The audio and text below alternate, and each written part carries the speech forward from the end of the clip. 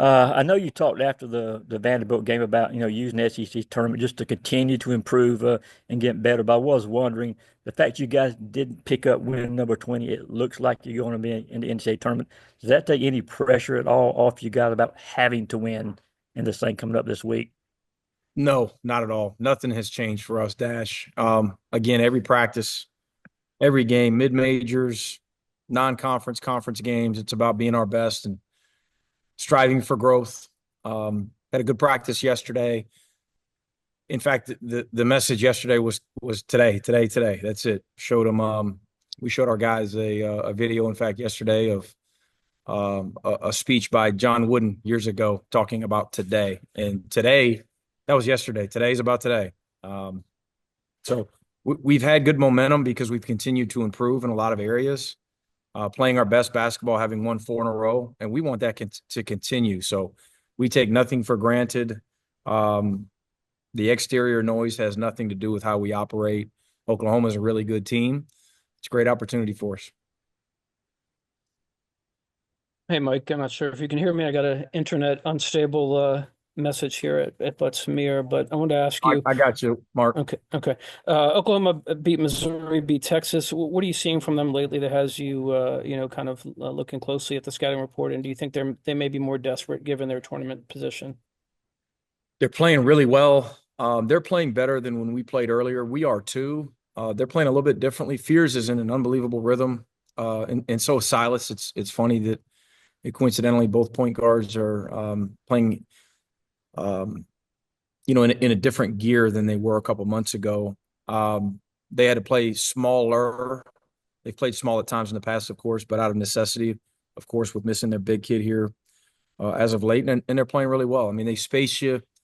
Um, they've got versatile guys. They can touch paint at multiple positions, driving it, kicking it. They're a good passing team overall. They can really drive you. They can really score in transition. They're one of the fastest teams in our league, downhill in space. And defensively, they're going to get after you, and they're going to be prepared. They're playing well. They're an NCAA tournament team, in my opinion. Yeah, I just want to ask you quickly about a couple players that aren't playing now, but just how they're coming along on the practice floor, Sabo and Jordan Key. Doing well, really well. They've gotten better throughout the year. They're both good culture guys, good people. Love having them around.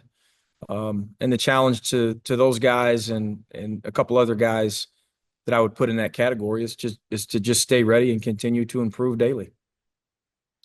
We'll go to Jordan and then to Maria Martin. Yeah, Mike, looking at the SEC tournament, how valuable do you think it is having veterans like RJ, like Tyron, who have played in conference tournaments before and sort of understand what it's going to be like? Yeah, um, we're not exactly an experienced team, and we don't have a ton of winning experience as we've talked about, but RJ provides that for sure.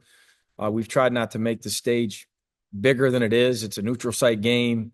There will be added excitement, of course. We do embrace the fact that it is the tournament. It's the conference tournament of the best conference in the history of college basketball.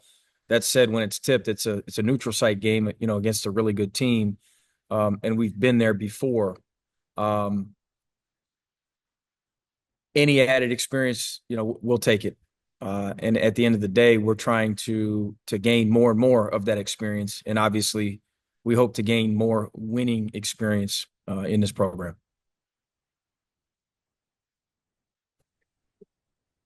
Hey, Mike, good morning. Can you hear me? Yep.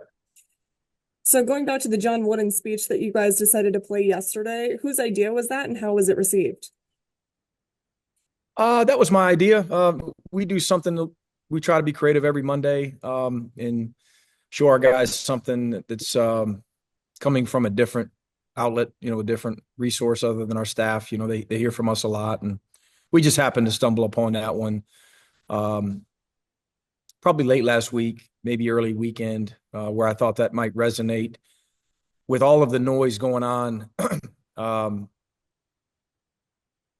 Just circling back to the first couple of questions, the obvious, what the big picture stuff, the postseason stuff, with all that stuff going on, and our young people hearing about it probably nonstop. I wanted to send our guys and just simply talk about today, and that's what's gotten us to this point. That's what's got us to 20 wins with the big wins that we've had. That's what's got us playing well late in the season, is just focusing on what we can control, focusing on today's effort, being focused, in general, where our feet are. And our guys, I'm not even sure that they needed it.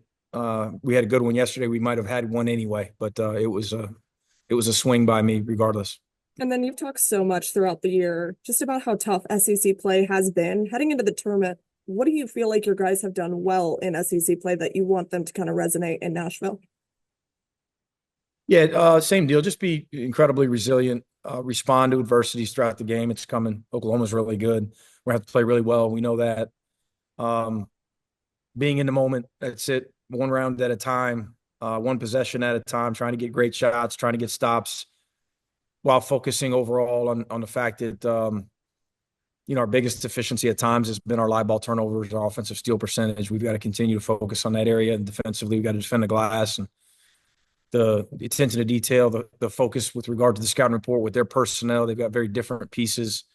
Has all got to be on point, and I expect it to be. I expect us to play well, and we'll see where that leads us. Thank you.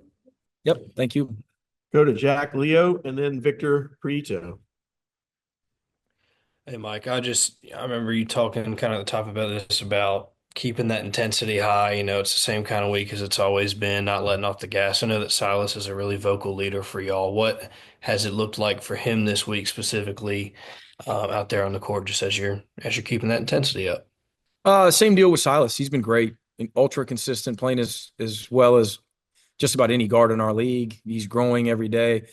He's grown as a player, of course, made a big jump statistically, with usage, with confidence, all those things. That we all see that, but he's also made a big jump with putting his stamp on this team and on this program, with regard to being an extension of us. He's growing and growing in that area.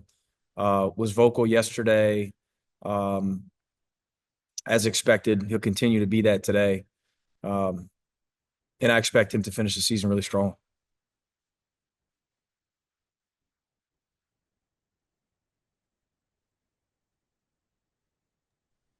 Question Hey, from Coach, Victor. you hear me? Yeah, there you go. There you go. Sorry. Internet's a little spotty. It's a big week for you guys in terms of, everything like that and what it means for the tournament.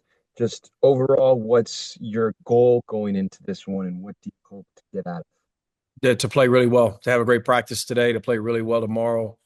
Tomorrow night late, against a good Oklahoma team, to get off to a good start.